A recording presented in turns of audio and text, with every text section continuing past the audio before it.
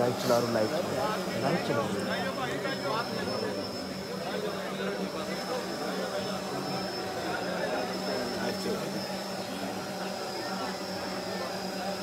نحمده ونصلي ونسلم على حبيبه ورسوله الكريم أما بعد فأعوذ بالله من الشيطان اللعين الرجيم بسم الله الرحمن الرحيم بعد حمد و ثناء رب جلیل وہدیہ صلاۃ و سلام و سید عالم آقائے دو جہاں رہبر انس و جان شہنشاہ کون و مکان حضرت محمد مصطفیٰ احمد مصطفیٰ صلی اللہ علیہ وآلہ وسلم۔ الحمدللہ اللہ تعالیٰ کا بے پناہ احسان ہے، اس کا فضل و کرم ہے کہ اللہ تعالیٰ نے آج پھر ہمیں اپنی یاد کی توفیق اور موقع عطا فرمایا۔ حاضرین محترم، آپ دور دراز سے، ملک کے طول و عرض سے اور بیرون ممالک سے صرف اور صرف اللہ تعالیٰ کی رضا کے لیے، اس کی خوشنودی کے لیے یہاں جمع ہوئے تاکہ اس کے ایک پیارے بندے اور اس کے محبوب کے سچے غلام کی یاد منا سکیں۔ آپ انتہائی شوق سے اپنے سارے کام، اپنی ضروریات پسے پشت ڈال کے غوث الامت حضرت بابا جی رحمۃ اللہ علیہ کے عرس مبارک میں شریک ہونے آئے۔ وما توفیقی الا باللہ، بے شک یہ اللہ تعالیٰ کی توفیق کے بغیر نہیں ہوتے۔ اس نفس نفسی کے دور اللہ تعالیٰ نے آپ پر خاص احسان اور مہربانی فرمائی کہ آپ اپنی ضروریات، اپنی مصروفیات کو چھوڑ کر ہر قسم کی رکاوٹ کو عبور کرتے ہوئے اپنے کی خانے میں تشریف لائے۔ اللہ تعالیٰ آپ کی اس سعی کو، اس کوشش کو، اس سفر کو اپنی بارگاہ میں قبول اور مقبول فرمائے۔ آپ نے موسم کی شدتوں کو نہیں دیکھا اور اس شدید موسم میں 3 دن یہ راتیں یہاں پر سردی والی گزاری۔ یہ آپ کا چلہ تھا، آپ کو مبارک ہو کہ آپ کا چلہ اختتام پذیر بھی ہوا اور کامیاب بھی ہوا۔ حاضرین محترم، آپ اللہ کے ذکر کی محفل سجانے والے، آپ وہ خوش نصیب لوگ ہیں کہ جن پر آج رب العزت اپنے عرش بری پر بیٹھا فخر فرما رہا ہو۔ یہ حدیث ہے، آپ اس کی طرف متوجہ ہیں، وہ آپ کی طرف متوجہ ہے، آپ اس کی یاد میں مشغول ہیں اور آپ کا رب آپ سے بہتر محفل میں بیٹھا آپ کی یاد میں مشغول ہے۔ اس سے بڑی اور کیا خوش وقت ہے۔ عام دنیا کی مثال لے لیں کہ اگر کوئی قدردان ہو، قدر شناس دوست ہو، محبت کرنے والا مالک ہو، کوئی لیڈر ہو، کوئی رہنما ہو، اور کوئی انسان یا آپ اس کے ساتھ بے پناہ محبت کرتے ہوں، وفا کرتے ہوں، اس کے لیے اپنی ہر چیز قربان کرنے کے لیے تیار ہوں، تو جب آپ کو ضرورت پڑے تو وہ قدردان کیا آپ کا سوال نہیں سنے گا؟ کیا آپ کو وہ خالی لوٹا دے گا؟ ہرگز نہیں۔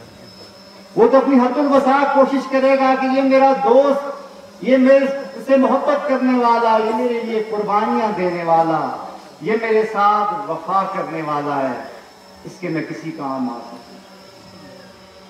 اور آپ نے تو مالک الملک کے ساتھ وفا کی ہے۔ آپ کی وفاداری اور آپ کا بھروسہ اور آپ کا یقین تو کائنات کے خالق اور مالک کے ساتھ ہے. بھلا وہ کیسے آپ کی التجاؤں کو نظر انداز کر سکتا ہے؟ یاد رکھیں کہ جو لوگ اللہ تعالیٰ کے ہو جاتے ہیں اللہ کریم ان کا ہو جاتا ہے، اور جن کا اللہ ہو جاتا ہے ان کی ساری کائنات ہو جاتی ہے. یہ کائنات کی ہر چیز ان کی غلام اور ان کی تابع ہو جاتی ہے.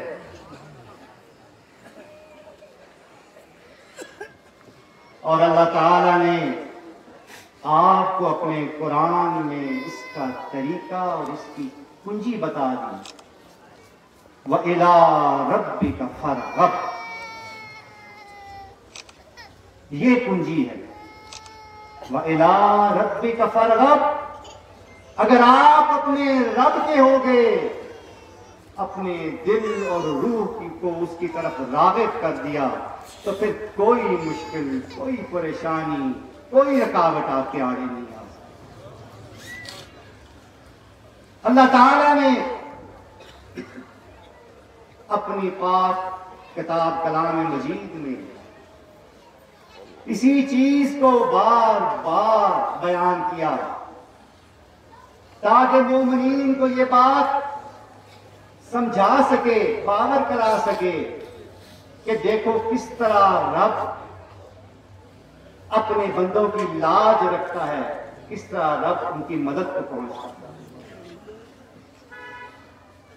حضرت نوح علیہ السلام نے، جن کی عمر 1000 سال کے قریب تھی، 950 سال تک اپنی قوم میں تربیت کی. انتہائی صبر و برداشت کے ساتھ انہیں اللہ کی طرف بلاتے رہے، لیکن اس قوم نے ان کی نہیں سنی. انہیں برا بھلا کہتی، انہیں پاگل دیوانہ کہتی، ان پہ تشدد کرتی.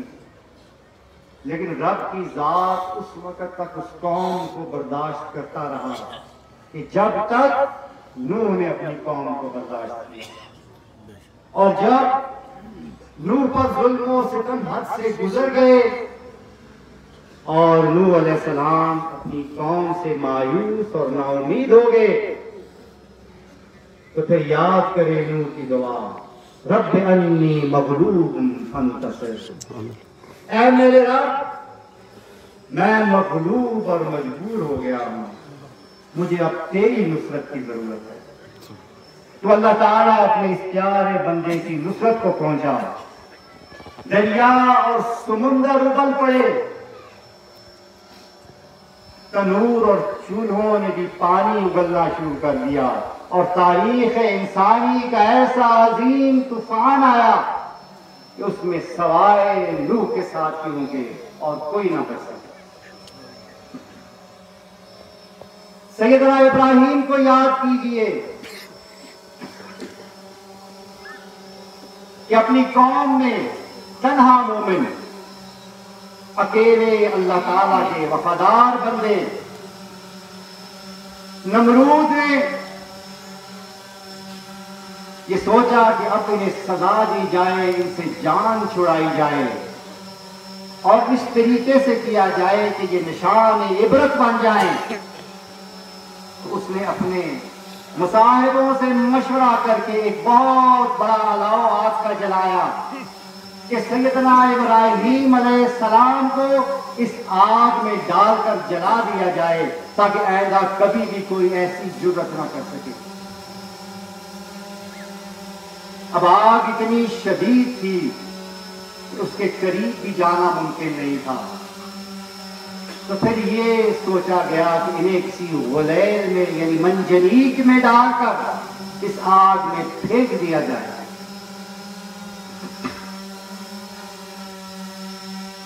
لہذا نمرود نے حضرت ابراہیم علیہ السلام کو منجنیق میں ڈالا، پھینکنے کی تیاری کی. تو جبرائیل علیہ السلام فرشتوں کے ساتھ سیدنا ابراہیم کے پاس حاضر ہوئے اور عرض کی کہ آپ اگر ہمیں حکم دیں تو ہم آپ کی مدد کریں، نصرت کریں۔ تو اللہ کے اس پیارے اور وفادار بندے نے جبرائیل سے کہا کہ کیا میرے رب کو معلوم ہے کہ میرے پر کیا بیت رہی ہے، کیا گزر رہی ہے؟ تو جبرائیل نے کہا ہاں بے شک آپ کے رب کو معلوم ہے۔ تو پھر حضرت ابراہیم نے کہا کہ مجھے تمہاری مدد کی ضرورت نہیں ہے، میں تو اس کی رضا پر راضی ہوں، کیونکہ اللہ میرے لیے کافی ہے، وہی سب سے بہتر کارساز ہے۔ حسبنا اللہ و نعم الوکیل، یہ سیدنا ابراہیم نے کہا، اور یہ جملے ابراہیم کے رب کو اتنے پسند آئے کہ اللہ تعالیٰ نے آپ کو فرمایا یا نار کونی بردن وسلام علی ابراہیم، اے آگ ٹھنڈی ہو جا اور میرے وفادار ابراہیم کے لیے سلامتی بن۔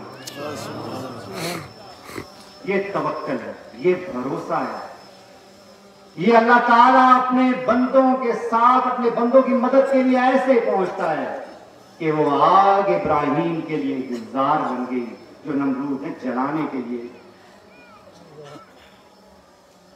نمرود نے سیدنا ابراہیم کو چیلنج دیا کہ تم اتنی باتیں کرتے ہو اپنے رب کی، ایک دن مقرر کرتے ہیں، تم اپنے آسمان کے خداؤں کو کہو کہ اپنا لشکر جرار لے کے آ جائے اور میں اپنا لشکر لے کے آتا ہوں، پھر مقابلہ کرتے ہیں، دیکھتے ہیں کہ کون جیتتا ہے۔ سیدنا ابراہیم نے کہا ٹھیک ہے آ جاؤ۔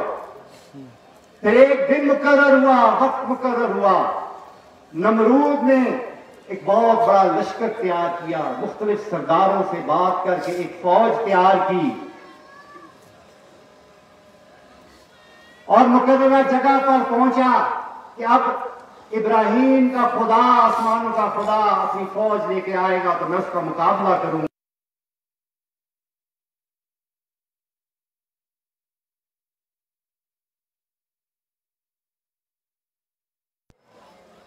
ابراہیم تم تو کہتے تھے کہ تمہارا خدا فوج لے کر آئے گا اور تم تنہا میرے سامنے کھڑے ہو، تم کیسے میرا مقابلہ کرو گے؟ اور سیدنا ابراہیم نے کہا کہ میرا خدا، میرا رب اللہ ذوالجلال میری مدد کو ضرور پہنچے گا۔ اسی وقت مچھر سے بھی چھوٹے مچھر نما کیڑے اربوں کروڑوں کی تعداد میں نمودار ہوئے اور نمرود کے ایک ایک سپاہی کے ساتھ لاکھوں کی تعداد میں وہ کیڑے چمٹ گئے اور تب جا کے انہوں نے چھوڑا کہ جب ان کی سارا گوشت گل گیا اور زمین پر صرف ان کی ہڈیاں رہ گئی اور ایک مچھر۔ نمرود کو موت نہیں آئی، اس کو نشان عبرت بنانا تھا، رب کو اسے صدا دینا مقصود تھا کہ جس نے اس کے بندے کو تکلیف پہنچائی تھی، ایک مچھر اس کے نتنوں سے، مچھر نما کیڑا اس کے نتنوں سے داخل ہوا دماغ کے قریب، اور پھر ساری زندگی جتنا عرصہ وہ زندہ رہا وہ اسے اندر سے اذیت پہنچاتا، کاٹتا، تکلیف دیتا اور نمرود اپنے ہی ہاتھوں سے اپنا سر پیٹتا رہا۔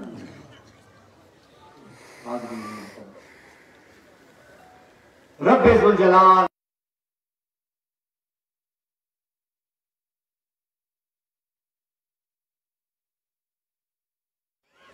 مچھلی کے پیٹ میں، تاریکیوں میں، اندھیروں میں، موت کے درمیان جو ہڈی کو بھی ہضم کر دیتی تھی، ایسا نظام ہضم،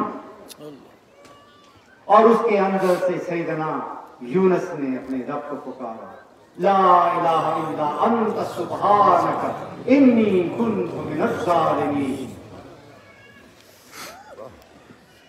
کہ تیری ذات ہے کہ جس کے سوا کوئی معبود نہیں، کی عبادت کے لائق، تیرے لیے ہی پاکی ہے، تو ہی بہترین ہے، تو ہی عیبوں سے پاک ہے، ہم تو گناہگار ہیں، ہم تو خطاکار ہیں، اپنی جانوں پر ظلم کرنے والے ہیں، ہم سے غلطیاں سرزد ہوتی ہیں، ذات تو تیری ہی ہے کہ جو پاک ہے۔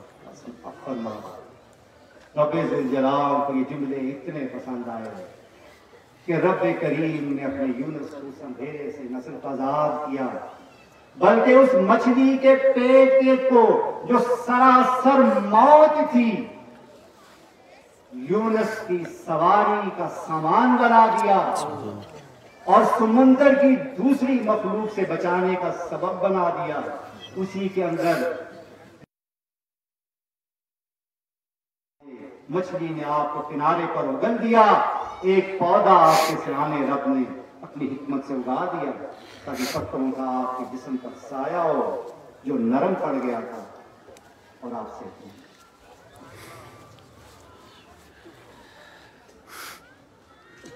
اور توکل کی اگر بات کریں تو سیدنا یعقوب کو یاد کریں. یہ تمام ہماری تربیت ہے میرے عزیزان محترم. سیدنا یعقوب کو یاد کریں جب ان کے پاس آ کے برادران یوسف نے جھوٹ بولا کہ یوسف کو بھیڑیا کھا گیا ہے. یعقوب علیہ السلام اللہ کے پیغمبر تھے اور بڑی دنیا دیکھی ہوئی بڑے سمجھدار تھے. انہیں تو یہ معلوم ہو گیا کہ یہ لڑکے جھوٹ بول رہے ہیں لیکن یہ پتا تھا کہ نقصان میرے یوسف کو پہنچایا. تو انہوں نے کیا کیا؟ ان کے پاس بہترین ہتھیار کیا تھا؟ رب پر توکل تھا. فصبر جمیل واللہ المستعان ولا ما تصفون.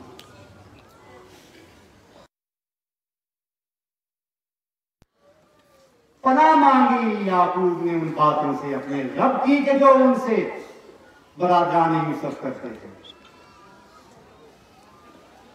اور یوسف علیہ السلام کی زندگی کے لیے دعا کرتے ہوئے حضرت یعقوب نے جو الفاظ کہے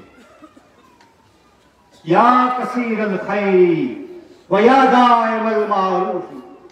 حدیث پاک میں ہے کہ اللہ تعالیٰ فرماتا ہے کہ اگر یہ الفاظ یعقوب یہ الفاظ کہہ کر میں نے اپنے بچے کے لیے دعا کرتا اور یوسف اگر مر گیا ہوتا تو میں پھر بھی اس کو زندہ کرتا. سبحان اللہ سبحان اللہ سبحان اللہ.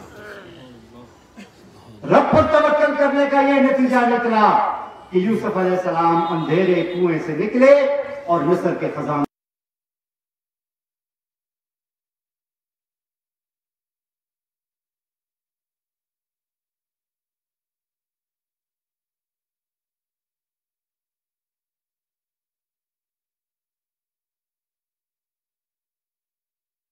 قتل کر جانے پر اپنے علاقے سے دور جا رہے ہیں. بے سر و سامان ہے, ننگے پاؤں ہیں, لمبا سفر طے کیا, نہ کھانے کے لیے کچھ, نہ پینے کے لیے کچھ, نہ کوئی ساتھی, نہ کوئی دوست, نہ کوئی ہمدرد.